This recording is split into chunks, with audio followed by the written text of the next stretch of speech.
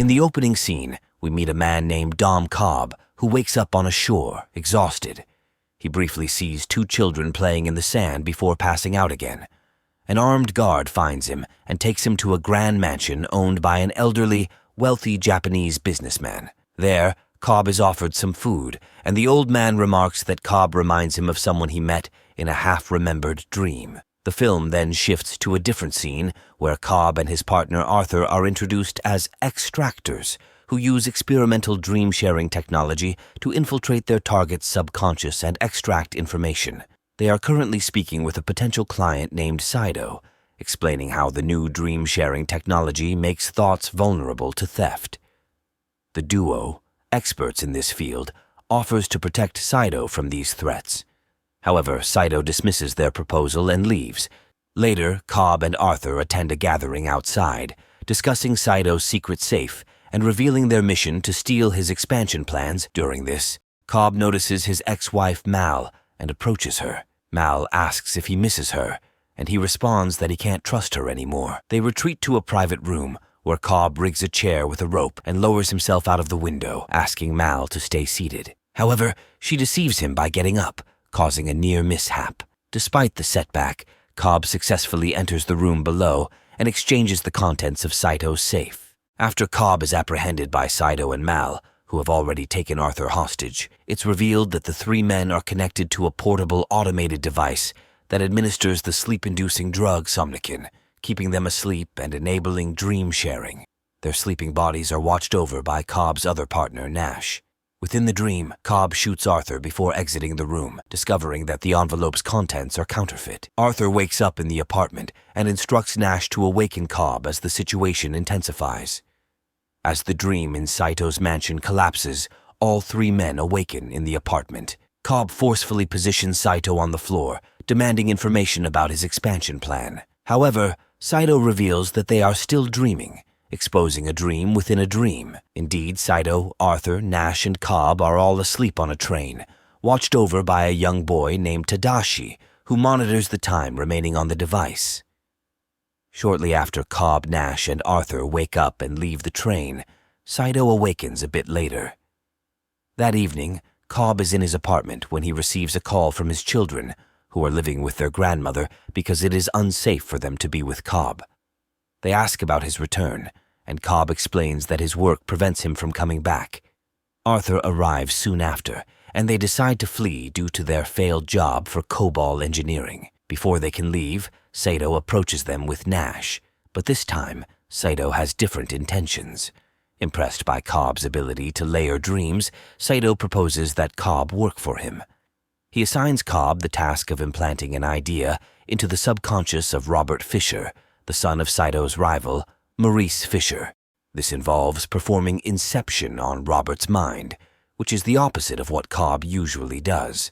Cobb must manipulate Robert's mind to dismantle his father's company. In return, Saito promises to clear Cobb's criminal record, allowing him to reunite with his children. Desperate, Cobb agrees immediately. He and Arthur travel to Paris to assemble a team. Upon arrival, Cobb meets his father-in-law, Miles, a university professor who taught Cobb and Mal about dream sharing and design. Cobb asks Miles for the best architect, and Miles introduces him to a student named Ariadne. Cobb explains the basics of dream-sharing technology to her, including the concept of a totem, a personal object that verifies reality. After training, Ariadne is tasked with designing the dream architecture, as Cobb avoids this due to his subconscious projection of his ex-wife. Cobb then travels to Mombasa to recruit his old friend Eames, a skilled British forger. He finds Eames at a bar and invites him to join the team. Eames agrees but warns Cobb about two men tailing him, likely COBOL operatives. Eames creates a diversion, allowing Cobb to escape. The operatives chase Cobb through the city, but Saito arrives in time to rescue him. They pick up Eames and drive away in a limousine. Eames takes the team to a local chemist named Yusuf, an expert in Somnican. After some discussion, Yusuf agrees to join their team. Meanwhile, Arthur introduces Ariadne to the concept of creating paradoxes, such as the Penrose steps, within a dream. He also reveals that Cobb's wife has died and now exists only as a projection in Cobb's mind. The team then strategizes to construct a 3-layered dream, with the final layer containing the implanted idea. Over the next few weeks, Arthur familiarizes Ariadne with the importance of totems, small personal objects that help distinguish reality from dreams. Cobb's totem is a spinning top that topples in the real world, but spins indefinitely in dreams.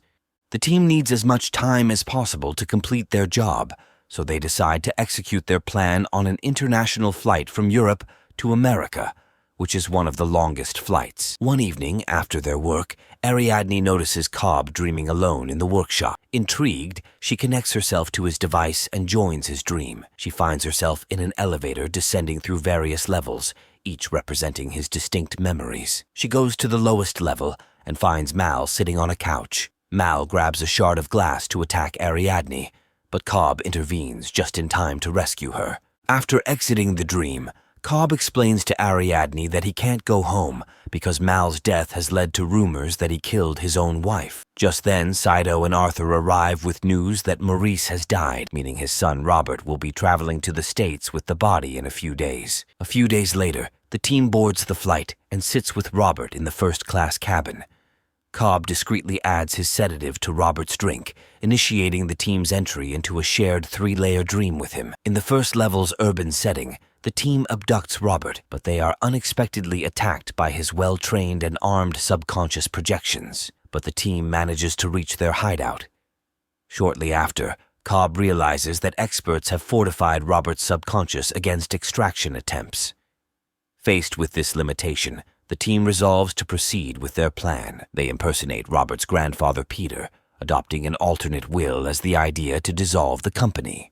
Eames tries to provoke Robert by saying that his father loved him and wanted him to build something of his own. Meanwhile, Ariadne confronts Cobb about the control he has over his own subconscious, prompting Cobb to finally admit his inability to keep Mal out of his thoughts. He reveals that he and Mal entered limbo during dream-sharing experimentation, experiencing almost 50 years in a single night due to time dilation with reality. At one point, Mal refused to return to reality, so Cobb performed an Inception on her to convince her. Despite returning to the real world, she continued to believe that she was still dreaming and that they needed to die to wake up. Tragically, on their wedding day, she committed suicide and framed Cobb, compelling him to follow suit. Failing to prove his innocence, Cobb left his children behind and fled the country.